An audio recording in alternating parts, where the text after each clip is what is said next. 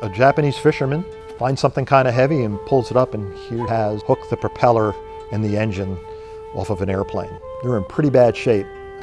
This part was pretty recognizable. The Japanese identified the type of airplane. It was a Corsair. The Japanese have returned these pieces to Intrepid. This airplane left this ship in 1945 and came back in 2023. From day one, I go looking for the human element behind what I'm working on. And I needed to know more about the pilot, Loren Isley. And I had to find surviving family. Searching was difficult. Digging and digging and digging until there was a phone number, and I just dialed it. Hello, I'm looking for Mr. Dale Isley. My name is Eric Payne.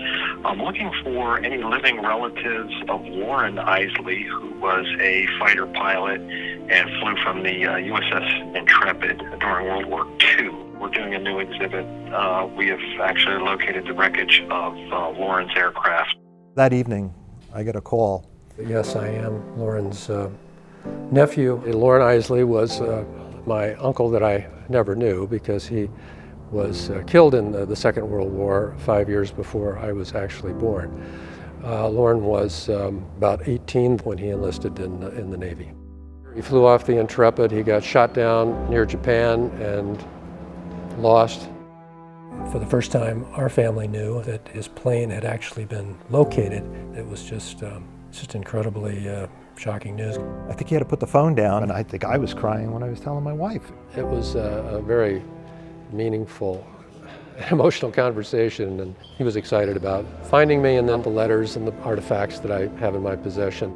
We have medals that he was awarded, the Purple Heart, his naval airpin. Yeah, it's a strange sort of a thing to have these sort of inanimate objects that connect you to a person that you never really knew. Loren had to be a pretty sharp guy.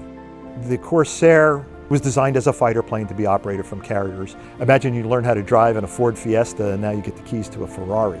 He wrote a letter to my uncle the day after his first flight in a Corsair. I have never flown anything so sweet and smooth. Just imagine sailing through the air on a magic carpet.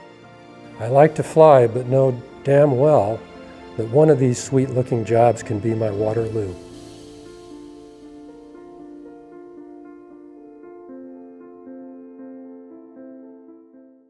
Found a letter from his commander that day, George Weems.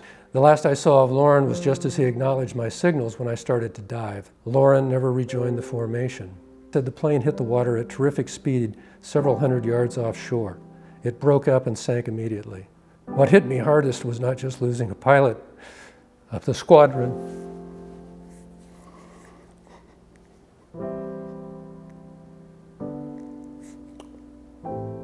but losing the one we did. He probably got hit by ground fire, disabled his airplane. And when you look at the parts, the impact with the water was pretty severe. I would almost hope that he didn't see that part coming. But we just don't know.